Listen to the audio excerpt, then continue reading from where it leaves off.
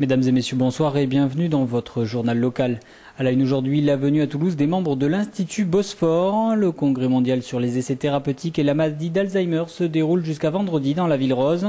Nous reviendrons sur la belle performance des danseurs toulousains au championnat du monde de boogie. Et enfin, retour sur la défaite du Toulouse Handball. C'était mercredi soir et c'était face à Istres. Et on commence tout de suite ce journal avec la venue de certains membres de l'Institut du Bosphore à Toulouse. Cette délégation composée de chefs d'entreprise et d'universitaires turcs a été créée par la TUSIAD, l'association des industries et des entreprises de Turquie, pour entretenir des échanges commerciaux entre la France et la Turquie. Lucien Arcas, président du comité de communication de la TUSIAD, nous en dit un petit peu plus sur la raison de sa venue. On pense que si on veut vraiment trouver la France profonde, enfin les vrais Français, il faut aller alors dans les provinces. Province, c'est pas péjoratif. Et alors on a fait donc Bordeaux, Toulouse. On aurait pu faire Toulouse-Bordeaux, mais géographiquement on a fait l'inverse. Et on va continuer à faire ça. Et nous sommes étonnés positivement. On aurait dû faire ça plus tôt. Donc c'est le seul regret qu'on a. Il faut d'abord se connaître pour ne pas se voir peur l'un de l'autre. Alors si on se connaît bien, et on essaie de faire des affaires aussi, donc ça rend les amitiés un peu plus proches.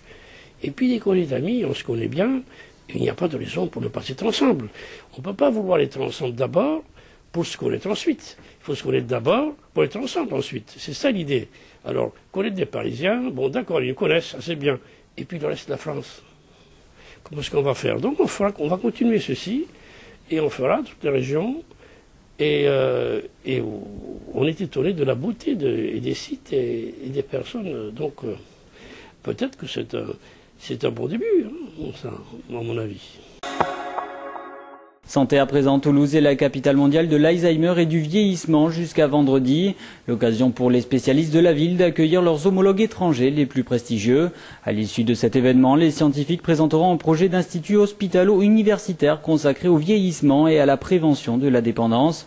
Bruno Velas, président de la Société mondiale de gériatrie et de gérontologie, nous en dit un petit peu plus sur ce congrès et sur le projet d'IHU. Ça se déroule à Toulouse parce que c'est une manifestation qui est une fois par an aux États-Unis, une fois par an en Europe, et on travaille de façon très étroite avec les principales équipes américaines. Les IHU sera un peu les CHU de nouvelle génération. Il y a un appel d'offres qui est lancé dans le Grand Emprunt pour en créer 5. Et les hôpitaux de Toulouse ont répondu à cet appel d'offres en collaboration avec l'université Paul Sabatier. Et nous nous unissons tous pour proposer un travail dans le cadre d'un IHU sur le vieillissement et la prévention, notamment de la dépendance chez les sujets fragiles.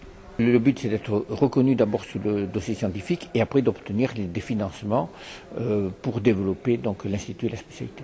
On va avoir des résultats importants d'ici 2 ans. On verra si ils sont positifs ou négatifs. Si ils sont positifs, on aura des traitements d'ici 2 ans. Si ils sont négatifs, on se donne une période 10 ans. Mais dans les 10 ans, on a de grandes chances de trouver des résultats. Et sans doute que cela viendra d'une des équipes qui est présente actuellement dans ce congrès.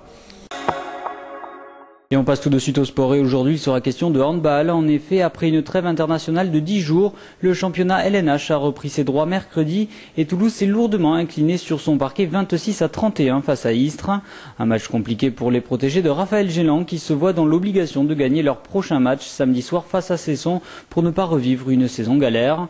On écoute le capitaine Anouar Rayed qui revient sur cette défaite. On a manqué notre match en défense, on n'a pas fait mal à notre adversaire et ils sont sortis avec le maquillage, quoi. Donc on a raté ça en défense, on n'a pas profité pour aller marquer quelques buts en contre-attaque, c'est pour ça qu'on est passé à côté. On s'en sort bien je pense la première mi-temps parce qu'on sort avec -1, on a mal joué, on s'en sort avec -1. Donc j'avais peur qu'on prenne 5 ou 6 buts à la mi-temps. Là, on avait une chance pour remonter le score, mais on a continué à faire les mêmes bêtises en attaque. Et derrière, on n'a pas assumé ni le repli, ni la défense, quoi. Donc voilà, c'est toujours dur contre leur défense. Il faut savoir l'attaquer, on n'a pas su. Donc maintenant, il faut assumer ça et aller chercher une victoire à l'extérieur. Et on vous en parlait la semaine dernière, l'équipe toulousaine du club de danse de Cadillac participait au championnat du monde de boogie à Munich. Et bonne nouvelle puisque pour leur première participation, ils se sont classés second derrière les favoris allemands. Une compétition aux allures de show que nous raconte Romain Garrigue, nouveau vice-champion du monde de boogie. C'était une finale, donc il y avait les 7 meilleures formations de boogie au monde, il y avait les 7 meilleures formations aussi de rock acrobatique au monde. Donc c'était quand même, on peut vraiment appeler ça un spectacle. Donc déjà l'ambiance était très dense, enfin je veux dire les spectateurs participaient vraiment. Ils n'étaient pas juste passifs à regarder, ils encourageaient, ils applaudissaient, donc on sentait vraiment de cette atmosphère, ça donnait vraiment envie de se surpasser.